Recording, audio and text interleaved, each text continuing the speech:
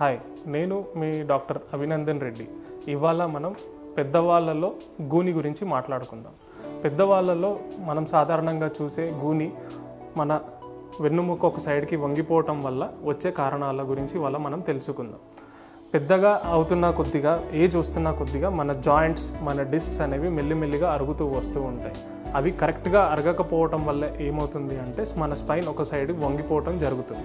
దీనివల్ల పెద్దవాళ్ళలో మనం గూని చూస్తూ ఉంటాం. పెద్దవాళ్ళు వంగిపోతున్నారు, నడుము వంగిపోతుంది అన్న దాని కారణం పెద్దవాళ్ళలో వచ్చే ఈ గూని వల్ల.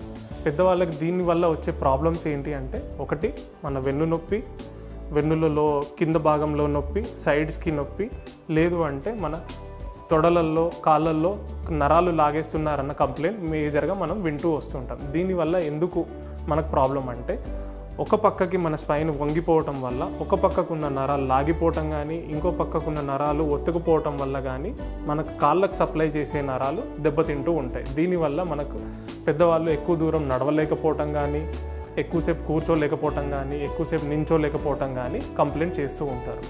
దీనికి గల కారణాలు చాలా ఉన్నాయి. ఒకటి, ఏజ్ పెరుగుతూ ఉండడం వల్ల ఎముకలు అనేవి అరిగిపోవటం వల్ల కావచ్చు, ఇంతకుముందు ఎప్పుడైనా వెన్నుముకకు దెబ్బ తగలటం వల్ల కావచ్చు, ఫ్రాక్చర్ అవ్వటం వల్ల కావచ్చు, లేదా డిస్క్ ప్రాబ్లమ్స్ చిన్నప్పటి నుంచి ఉన్నా కూడా దీనివల్ల మన వెన్నుముక అనేది ఒక సైడ్కి వంగిపోవడం జరుగుతూ ఉంటుంది. దీనికి మనం ట్రీట్మెంట్ ఎలా చేస్తామంటే, ఫస్ట్ మనకి ఇది ప్రాబ్లం ఉంది అని తెలుసుకోవడానికి ఒక ఆర్థోపెడిక్ డాక్టర్ కానీ, ఒక స్పైన్ డాక్టర్ కానీ దగ్గరికి వెళ్ళినప్పుడు ఒక ఎక్స్రే తీసుకుంటే ఆ ఎక్స్రేలో మన వెన్నుముక్క ఒక పక్కకు వంగిపోయిందని తెలుసుకోవడం ఇంపార్టెంట్. ఇది వంగిపోయిందని తెలుసుకున్న తర్వాత ఇది మనకి ఎంత ప్రాబ్లం క్రియేట్ చేస్తుందన్నది మనం తెలుసుకోవాలి. వెన్నుముక్కకు మాత్రమే నొప్పి ఉంది, నడుములో మాత్రమే నొప్పి ఉంది అనుకుంటే మనం మందులు కానీ, ఇంజెక్షన్స్ కానీ తీసుకోవచ్చు. అదే మనకి కాళ్ళల్లో నరాలు కూడా లాగేస్తున్నాయి అంటే నరాలకు సంబంధించి మనం మాత్రలు తీసుకోవచ్చు. దీనివల్ల మనకు కొంచెం వెసులుబాటు జరుగుతుంది.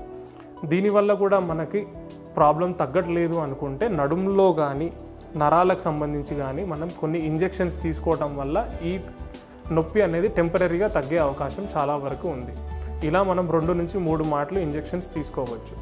ఇంజెక్షన్స్ తీసుకున్నా కూడా మనకి ఈ నొప్పి అనేది తగ్గట్లేదు, ఎక్కువ దూరం నడవలేకపోతున్నాము, మనం మలమూత్ర విసర్జనలో ప్రాబ్లం క్రియేట్ అవుతుంది అనుకున్నప్పుడు మనకు ఈ వెన్నుముక్క వంకర అనేది స్ట్రేట్ చేసి నరాలకి ఫ్రీ చేసి మనం సర్జరీ చేస్తాం. దీనివల్ల మళ్ళీ వెన్నుముక్క యథాతథంగా స్ట్రేట్ చేస్తాం.